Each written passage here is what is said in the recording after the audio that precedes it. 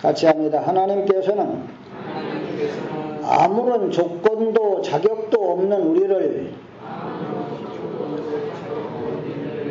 그리스도 안에서 일방적으로 하나님의 소유로 삼으셨습니다. 아멘. 자, 오늘 본문에서 누가 병들었다고 했어요? 예? 이스라엘이요. 예, 이스라엘 야곱이죠. 야곱이 병이 들었다. 이스라엘이 병들었어요. 누구의 아버지입니까? 요셉의 아버지. 요셉에게 야, 너 아버지가 병이 들었단다. 그러니까 요셉이 그냥 주저하지 않고 아버지 병문안을 가는데 혼자 달랑달랑 갔어요? 그러면 아들 둘을 데리고 병문안을 갔습니다. 그죠? 네, 맞아요. 누구예요? 므낫세와 에브라임을 데리고 병문안을 갔어요. 자, 이때 이제 야곱은 너무 이제 고령인데다가 죽을 날이 얼마 남지 않았어요. 눈도 흐려져서 앞도 보이지 않는 그런 상태였어요. 그러니까 이제 누가 당신 아들 요셉이 병문안을 왔다. 그러니까 야곱이 그 말을 듣고 힘을 내서 몸을 일으켜 앉았다 그랬어요.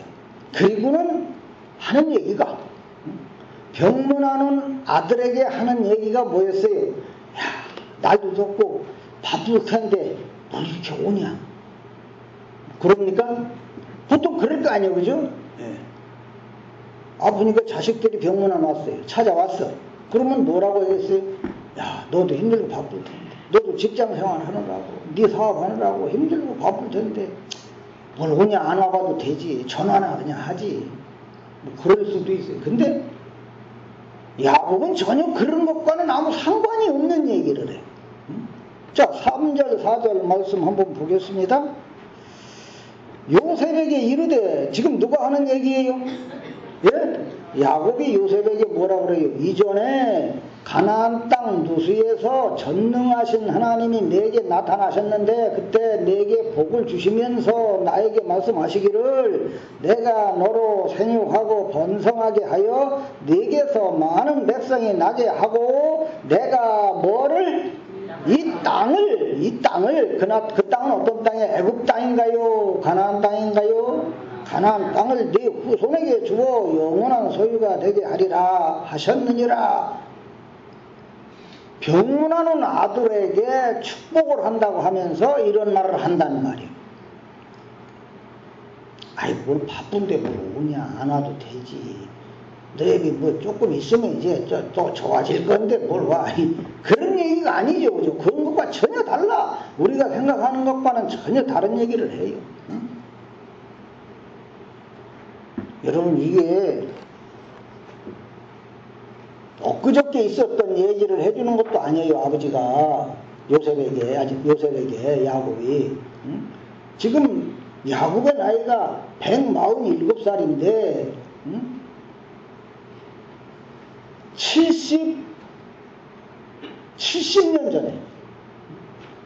70년 전에 있었던 얘기예요. 이게. 하나님이 아브라함에게 하시고 또 아브라함이 이삭에게 하고 이삭이 야곱에게 했던 그런 축복의 말씀을 오늘 야곱이 요셉에게 하고 있어요. 에서를 피해서 도망을 칠 때 하나님이 찾아오셔서 해주신 그런 얘기란 말이에요. 몇 년 전에 들은 얘기라고요? 70년 전에 들은 얘기. 그럼 저는 다 잊어버렸을 것 같아. 70년 전에 들은 얘기면. 아니, 7일은커녕 7시간 전에 한 일도 내가 뭘 했던가 생각이 잘 안 나는 판인데 참 70년 전에 들은 내용을 얘기하는데 왜 하필이면 죽을 날이 다 된 시점에서 이 얘기를 병문안은 자기 아버지 이제 죽을 날이 가까웠나 보다 하고 찾아온 아들한테 왜 이런 얘기를 하냐 이 말이에요. 하나님이 가나안 땅을 내 후손에게 주어 영원한 소유가 되게 하겠다고 말씀하셨다. 이런 얘기를 해준단 말이에요. 제일 중요한 얘기가 그거예요. 왜 이런 얘기를 하는 것 같아요? 하나님의 복의 내용에는 하나님이 주시겠다고 한 아주 중요한 땅이 있어. 70년 전에 약속받은 그 땅이 있단 말이에요. 어디예요? 가나안 땅. 그런데 지금 현재 이 얘기를 하는 야곱은 가나안 땅에 있어요? 어디에 있어요? 애굽 땅에 있어요. 애굽 땅에. 자, 현재 애굽에 가면 전체가 다 가나안 땅을 떠나서 애굽에 와 있단 말이에요. 언제까지 있을는지 알 수가 없어요. 그런데 지금 이런 얘기를 하고 있다는 거. 하나님은 우리에게 약속한 땅이 있는데 그게 가나안 땅이다. 그 땅을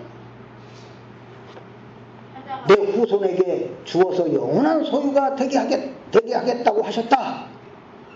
자, 야곱은 자기 후손들이 약속의 땅이고 뭐고 다 잊어버리고 그냥 아이고 여기 이렇게 세상에 이 애굽이 이렇게 살기 좋은 땅인지 내 이제 와보니까 알겠다. 여기서 그냥 천년만년 살면 좋겠구나. 뭐 그렇게 생각을 할 수도 있단 말이에요. 응? 얼마나 살기 좋아. 요셉은 거기에 총리가 돼 있고 야곱은 그게 걱정이 되는 거예요. 그 후손들이 약속의 땅이고 뭐고 다 잊어버리고 그냥 거기에 그냥 뿌리 내리고 살 가능성도 있다 이 말이에요. 그래서 아예 여기 애굽은 뿌리 내리고 살 땅이 아니야. 언젠가는 뭐 할 땅이다? 떠나야 할 땅이야. 언젠가는 떠나야 할 땅이다. 네 후손들이 그거를 좀 알았으면 좋겠다. 늘 그걸 기억하고 있으면 좋겠다. 하나님이 약속하신 땅에 소망을 두고 살아야지 이 애굽이 좋다고 여기에 정신 팔리면 안 되겠다. 그런 얘기를 하고 있는 겁니다. 애굽은 뭐의 상징이에요? 세상의 상징입니다. 그러니까 오늘 우리들에게는 뭔 얘기를 하는 거예요? 자, 세상은 언젠가는 떠나야 할 곳이야. 우리가 영원히 거할 곳은 영원한 약속의 땅 하늘 가나안 하나님 나라야. 그 얘기를 지금 우리에게 해주고 있는 거예요. 야곱이 요셉에게 하는 이 얘기는 오늘 저희들에게 세상은 언젠가는 떠나야 할 곳이고 우리가 그래서 늘 마음 두고 살아야 할 곳은 하나님 나라다. 그 얘기입니다. 자, 그런데 이제 5절에 보십시다. 5절에 보게 되면 야곱이 그래요. 야곱이 또 이제 전혀 상상도 못했던 얘기를 합니다. 내가 애굽으로 와서 네게 이르기 전에 애굽에서 네가 낳은 두 아들 누구와 누구가 있어요? 사실은 누가 앞에죠? 므낫세가 앞에요. 므낫세가 장자고 에브라임이 둘째니까. 근데 에브라임과 므낫세는 뭐라고 그래요? 내 것이다 그래요. 할아버지가 손자들을 놓고서 저 손자들은 이제 내 손자가 아니라 내 아들들이다. 그런 얘기인 거예요. 누벤과 시몬처럼 내 것이 될 것이요. 야곱의 것이 된다. 이 얘기는 내 아들로 삼겠다. 그런 뜻이에요. 손자가 아니라 난 아들로 삼겠다. 야곱은 왜 굳이 요셉의 두 아들을 자기 아들로 삼는 것일까? 야곱은 이제 마지막 죽을 때가 돼가지고 말이죠. 영적으로 충만해요. 앞을 다 이제 훤히 내다보는 영안이 열렸어요. 자기에게 지금 아들이 몇이 있어요? 아들 몇이 있어요? 하고도 둘이 있잖아. 12이 있단 말이에요. 그러면 야곱이 요셉의 두 아들을 자기 아들로 삼아버리면 전부 몇이 돼버려요? 12에서 14이 되어버리죠. 그죠? 자, 그런데 앞으로 이스라엘이라는 민족은 12지파가 그 주축을 이룰 것이다 라고 하는 건데, 자, 그렇게 되면 이제 요셉 대신에 에브라임과 므낫세가 들어가요. 그래도 몇 지파요? 13지파가 돼. 그러면 거기서 누가 하나 빠져야 돼. 누굴 빼느냐? 나중에 이제 레위 지파가 빠지는 거예요. 레위 지파는 아예 그 지파 수에 포함하지 않고 요셉의 두 아들을 12지파를 구성하는 구성원으로 야곱이 받아들이는 거예요. 그래서 이제 이 요셉의 두 아들은 장차 이스라엘 12지파에 그 이름이 포함이 되는 겁니다. 그리고는 이제 그들이 애굽을 떠나서 지금부터 430년 후에 애굽을 떠나서 이제 가나안으로 갈 거잖아요. 그죠? 지금 애굽에 들어와 살기 시작했으니까. 그때 이제 그 가나안 땅을 요셉이 받는 게 아니라 요셉의 두 아들의 후손들, 즉 에브라임과 므낫세가 각각 한 분깃을 받게 되는 거예요. 그러니까 요셉의 두 아들이 12지파 중에 므낫세 지파와 에브라임 지파의 조상이 되는 거예요. 그런데 이제 므낫세 지파를 여러분 성경을 읽다 보면 므낫세 반지파, 므낫세 반지파 그래요. 그 얘기는 요단강을 기점으로 해서 요단강 건너가기 전에 받은 므낫세 지파들이 있어요. 반은 거기서 받았어요. 므낫세 지파는. 그리고 요단강 건너가서 반은 받았어요. 그래서 이제 므낫세 반지파라는 말들을 하는 거예요. 자, 어쨌든 이 므낫세 지파와 에브라임 지파 조상이 됐어요. 요셉의 두 아들이. 그리고 이제 하나님께서 주시는 그 가나안 땅에서 기업을 받았어요. 그들이 받았어. 12아들이 동시에 이제 다 이제 받았어. 그러면 요셉은 다른 형제에 비해서 얼마를 받은 겁니까? 2배. 그렇지. 야, 참 시온이는 그냥 천재라니까. 2배를 받았어. 2몫을 받았어. 자, 그럼 그 당시에 누구에게 2몫을 주는 거냐 하면은 장자에게 2몫을 주는 거예요. 그러니까 야곱은 이 요셉이 11번째 아들인데 요셉이 장자다. 요셉은 막 머릿속에 뭘 생각할까요? 자기는 본래 자기 부인이 둘인데, 그죠? 누구를 생각하고 있었어요? 본래가 라헬. 그 라헬의 첫째 아들이 누구예요? 요셉입니다. 그 언니 내 아는 얼떨결에 얻은 아내고 실제 마음에 두고 있는 아내는 라헬이에요. 그 라헬의 장자가 야곱의 머릿속에는 장자로 들어있어요. 근데 하나님도 그거를 그렇게 또 인정을 합니다. 아무튼 장자기 때문에 2몫을 받게 해주는 겁니다. 지금. 자, 이거를 역대기에서는 뭐라고 기록을 하고 있는가 한번 보겠습니다. 역대상 5장 1절 2절을 한번 보십시오.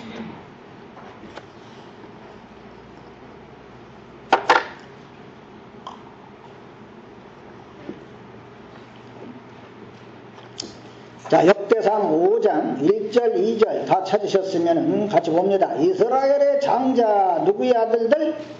누벤의 아들들은 이러하니라. 여기서 이스라엘의 장자라 그랬고 누벤이라 그랬어요. 누벤이 장자 맞죠? 네, 제일 먼저 난 아들이니까. 그런데 누벤은 장자긴 한데 그의 아버지의 침상을 더럽혔으므로 장자의 명분이 이스라엘의 아들 누구에게로 넘어갔다? 요셉의 자손에게로 돌아가서 족보의 장자의 명분대로 기록되지 못하였느니라. 유다는 형제보다 뛰어나고 주권자가 유다에게서 났으나 주권자가 누구의 왕이 유다 지파에서 나오긴 했지만 그렇다고 해서 유다를 장자로 치지는 않는다. 장자의 명분은 아무리 유다가 뛰어나다고 해도 장자의 명분은 누구에게 있으니라? 요셉에게 있으니라. 이렇게 딱 못 받고 있어요. 본래 누벤인데 누벤은 장자의 자리에서 밀려났고 요셉에게 그 장자의 명분이 넘어갔다. 그래서 요셉은 2몫을 받는 거예요. 요셉의 두 아들들이 야곱의 아들들이 돼가지고서 한 분기씩 두 분깃을 받는 바람에 다른 형제들보다 두 몫을 받은 것이 되는 거죠. 자, 이걸 놓고 볼 때 장자의 명분이라고 하는 것은 여기서 말해주는 게 뭐예요? 혈통의 순서대로 되지 않는다는 거, 혈통과 상관이 없다는 거. 장자의 명분은 인간의 어떤 조건과 관계가 없다는 것. 이것을 야곱은 에브라임과 므낫세를 이제 뒤에 가서 이제 축복을 할 때 나와요. 요셉이 자기 두 아들을 자기 아버지에게 이 므낫세와 에브라임을 축복해 주세요 하고 이제 아버지 눈이 야곱의 눈이 어떻다 그랬어요? 흐려서 보질 못해. 그러니까 이제 오른손을 장자의 머리에다가 얹게 하려고 오른손이 있는데 누구를 갖다 앉혔을까요? 네? 요셉의 장자가 므낫세니까 므낫세를 갖다 앉혔을 거란 말이에요. 그렇게 앉혀놨어. 그런데 느닷없이 야곱이 딱 이렇게 손을 얹더라 이 말이에요.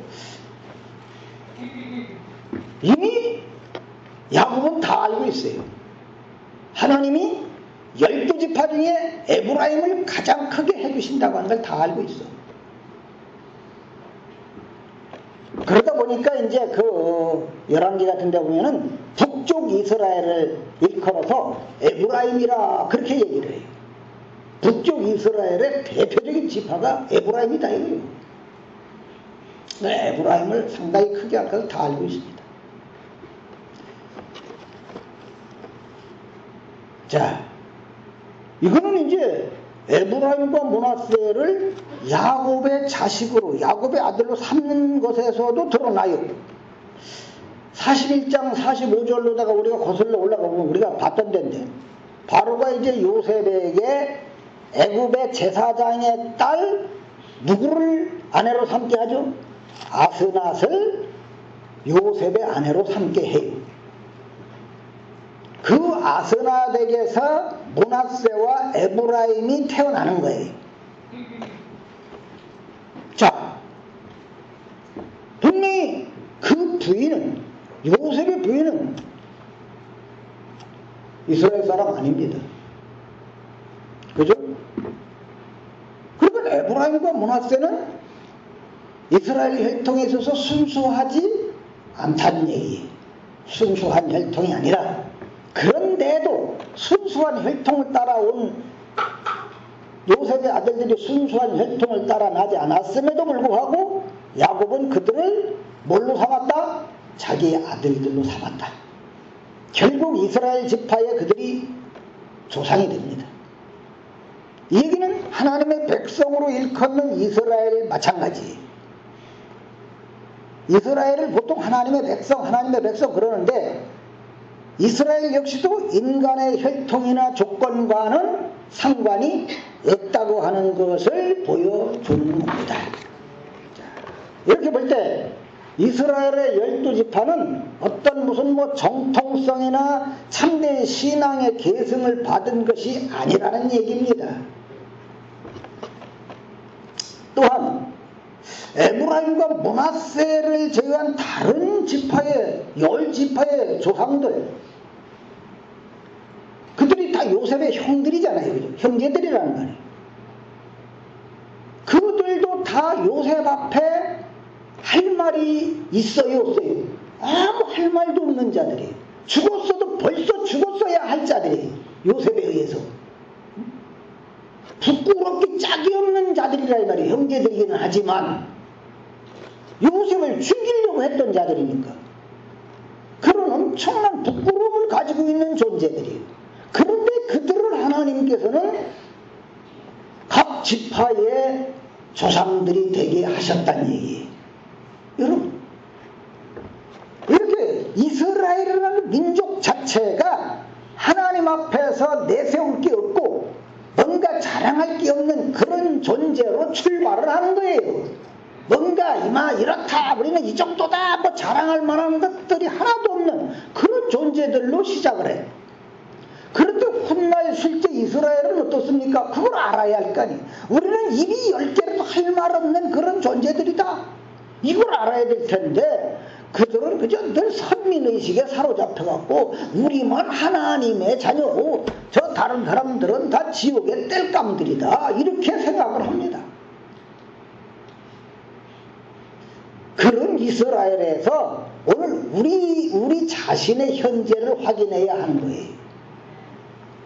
우리들도 마찬가지로 어떤 존재들입니까? 뭐 내세울 만한 거, 자랑할 만한 게 우리에게서 뭐가 있습니까? 하나님 앞에. 저 이런 사람인데, 이런 사람이니까 하나님이 하늘에 시용한 것 좀 마음껏 주세요. 뭐 이렇게 당당하게 얘기할 만한 그런 존재가 됩니까, 우리가? 우리들은 이스라엘과 똑같이 부끄럽기 짝이 없는 존재들이에요.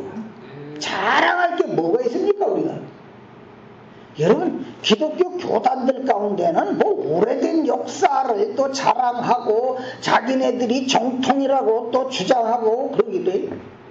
뭐 우리는 뭐 100년 된 교단이니 뭐 200년 된 교단이니 해봤자 그 역사가 보여주는 것은 부끄러운 것들밖에 없어요. 맨날 싸우고 갈라지고 죄밖에 없단 말이에요. 그러니 하나님 앞에서 뭐 교단이 뭐 몇백 년이 됐느니 뭐니 하는 이런 것들은 아무 의미가 없다는 얘기예요. 개인의 신앙 이력도 마찬가지거든요. 우리 집안은 기독교 뭐 지금 5대째 예수 믿는 집안이니 뭐 우리 집안에서는 뭐 목사가 뭐 몇 대에 걸쳐 낳고 뭐고 어쩌고 이런 것들이 다 하나님 보시기에 아무 의미가 없는 것들이라는 얘기입니다. 그냥 인간의 역사는 죄의 역사예요. 우리 신자들에게는 이런 것을 볼 수 있는 좀 시각이 필요합니다. 그래야 인간의 어떤 조건도 하나님과의 관계에 있어서는 아무 의미가 없다고 하는 것을 알게 될 거 아닙니까? 에브라임과 므낫세의 입장도 마찬가지입니다. 에브라임과 므낫세 혈통으로 따지자면 그들은 이스라엘의 순수한 혈통이 아니라고 그랬죠.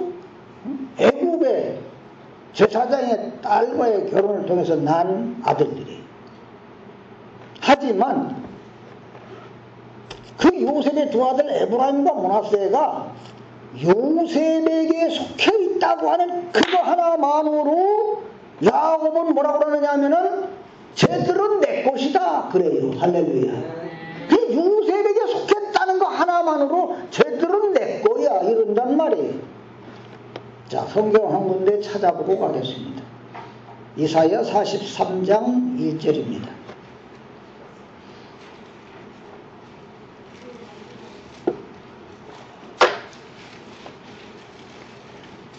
이사야 43장 1절 다 찾으셨죠? 야곱아, 너를 창조하신 누가? 여호와께서 지금 말씀하시느니라. 이스라엘아, 너를 지으신 이가 말씀하시느니라. 너는 두려워하지 말라. 내가 너를 뭐 했다고요? 내가 너를 뭐 했어요 또? 지명하여 불렀나니 너는 뭐라고요? 내 것이다. 이스라엘을 향해서 하나님이 너는 내 것이다.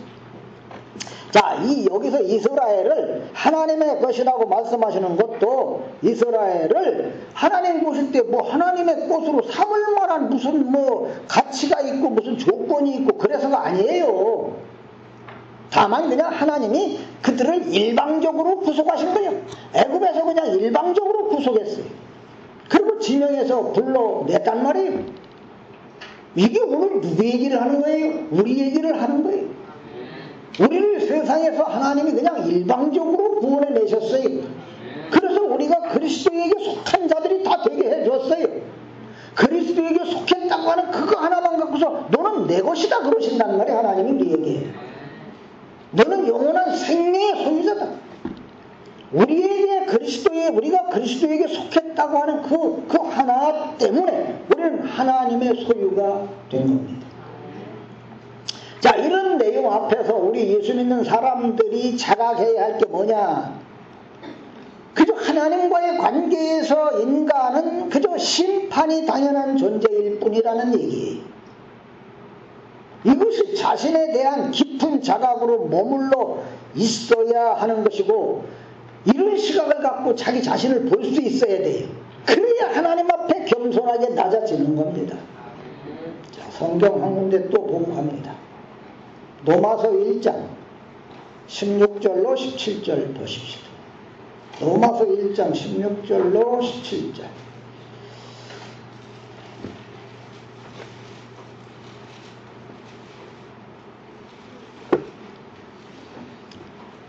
자, 사도 바울이 얘기합니다. 내가 뭘 부끄러워하지 않는다? 이 복음은 뭐가 되기 때문에 모든 믿는 자에게 구원을 주시는 하나님의 능력이 됨이라. 먼저는 유대인에게요 그리고 헬라인에게로다. 복음에는 뭐가 나타나요? 하나님의 의가 나타나서 믿음으로 믿음에 이르게 하나니 기록된 바 오직 의는 믿음으로 말미암아 살리라 함과 같으니라. 복음은 모든 믿는 자에게 구원을 주시는 뭐가 된다? 하나님의 능력이 된다. 따라서 복음을 믿는다. 복음을 믿는다. 이 얘기는 내 무슨 능력, 내 어떤 조건 이런 건 다 내려놓는 걸 뜻하는 거예요. 복음이라고 하는 것하고 내 능력, 내 조건하고는 아무 상관도 없다. 그런데 이게 제대로 정립이 안 돼 있다 보면 말이죠. 그저 그냥 내가 뭔가를 한 것들이 대단하게 보이는 거야. 교회가 한 것들이 뭐 대단하게 보여. 하나님이 큰 복을 주실 만한 것처럼 생각이 돼요. 여러분, 그러고는 그런 행함에 따라서 믿음이 차별된다 이 말이에요. 여러분, 에브라임과 므낫세가 야곱의 자식이 될 수가 없었어요. 사실은. 그죠? 인간적으로 보면 우리 역시도 마찬가지죠. 하나님의 자녀로 여김받을 수 있는 사람들이 못 된다는 얘기입니다. 그런데도 하나님의 자녀로 여김받게 된 것은 하나님께서 일방적으로 구속하시고 일방적으로 지명하여 불러주셨기 때문이에요. 이것이 믿음으로 내 속에 꽉 자리잡고 있다면 신자는 나를 드러내려고 하지 않는 거예요. 나를 높이고 싶지는 않는 거예요. 나를 알아줬으면 좋겠다는 생각이 들질 않아요. 오직 하나님의 사랑이 확실하게 드러나는 그리스도의 십자가를 높이고 자랑하게 될 뿐입니다. 여러분, 야곱이 요셉의 두 아들을 내 것이라고 할 때 요셉에게 야, 네 두 아들 내 아들 하면 어떡하냐? 괜찮겠냐? 뭐 이런 거 안 물어봐요. 또 에브라임과 므낫세한테도 야, 이제 오늘부터 내가 네 헤레비가 아니고 네 아버지다, 네 아비다. 그거 너희들 동의하냐? 뭐 그런 거 동의를 구하지도 않았어요. 내가 너희들 아들 하고 싶은데 좀 받아줄래? 그런 게 없어요. 그냥 야곱의 일방적인 선언이에요. 마찬가지예요. 하나님께서 예수 그리스도를 보내주시고 십자가에 죽고 또 그래서 그것을 우리에게 믿게 해주고 그런 전부가 다 하나님이 그냥 일방적으로 일으키신 사건입니다. 우리한테 뭐 물어보자. 야, 내가 내 독생자 예수 너한테 보내줄까? 뭐 그런 거 물어본 적 없어요. 내가 또 좀 보내주세요. 이런 적도 없어요. 그냥 하나님이 일방적으로 하셨어요. 이처럼 하나님이 일방적으로 일으키신 사건이 오늘 저와 여러분의 사건이 돼가지고 생명이라고 하는 구원의 자리에 속하게 된 겁니다. 이것이 믿음이 돼갖고 하나님이 일으키신 사건을 신뢰하게 되는 거예요. 그러니 오늘 우리들은 말이죠, 이 믿음이라고 하는 것을 내 무슨 열정, 내 노력, 내 의지 이런 걸로 생각하면 안 됩니다. 믿음이라고 하는 것은 그냥 하나님의 은혜로 하나님의 사랑을 아는 거예요. 십자가를 볼 때 하나님이 얼마나 사랑하셨으면 독생자 예수님을 나에게 보내주시고 십자가에 대신 죽게 하셨나. 저 그리스도의 그 십자가로다가 내 모든 죄를 다 덮어주고 그 죄밖에 없는 내 안에 기쁨과 감사로 채워주시다니 이게 하나님의 사랑이라는 걸 알게 되는 거란 말이에요. 결국 신자는 하나님의 이 사랑 앞에 그저 그냥 항복하는 자로 나오는 거예요. 이 사랑에 항복하는 자로 나오는 것이지, 뭐 우리가 여기 더 뭘 세상적으로 육신적으로 뭘 더 얻을 게 있어서 오는 게 아니라 이 말이에요. 사랑에 항복하는 자로, 저는 하나님의 사랑 아니면 죽을 수밖에 없는 죄인입니다. 저 손 들고 오는 거예요. 그냥. 다른 요구가 뭐가 있어요? 하나님 앞에 나와서 아무것도 없어. 그걸로 충분해. 그저 하나님의 사랑을 위해서 할 말 없는 부끄러운 인생일 뿐인데, 그런데 이런 사랑을 알지 못하고 말이죠, 그저 하나님 앞에 사랑받기 위한 어떤 조건들을 갖춰보려고 하는 이것이 다 어리석은 짓이다 이 말이에요. 여러분, 그저 우리 주 예수 그리스도께서 우리의 구주가 되어 주신 것으로 우리는 하나님의 자녀 되기에 충분한 겁니다. 자비하신 하나님 아버지, 일방적으로 저희들을 세상에서 건져내시고 하나하나 그리스도 안으로 불러주신 거 감사합니다. 자비하신 아버지 하나님이요, 이 엄청난 사랑 앞에 항복하는 자로 나오는 성도들이 다 되게 하여 주옵소서. 세상의 것을 구하기 위해서 나오는 것이 아니라 하나님의 그 은혜에 감사해서 주님 앞에 나오기를 열심을 다하는 성도들 되도록 성령의 은을 깨우쳐 주시고 인도하여 주시옵소서. 예수님의 이름으로 기도하옵나이다. 아멘.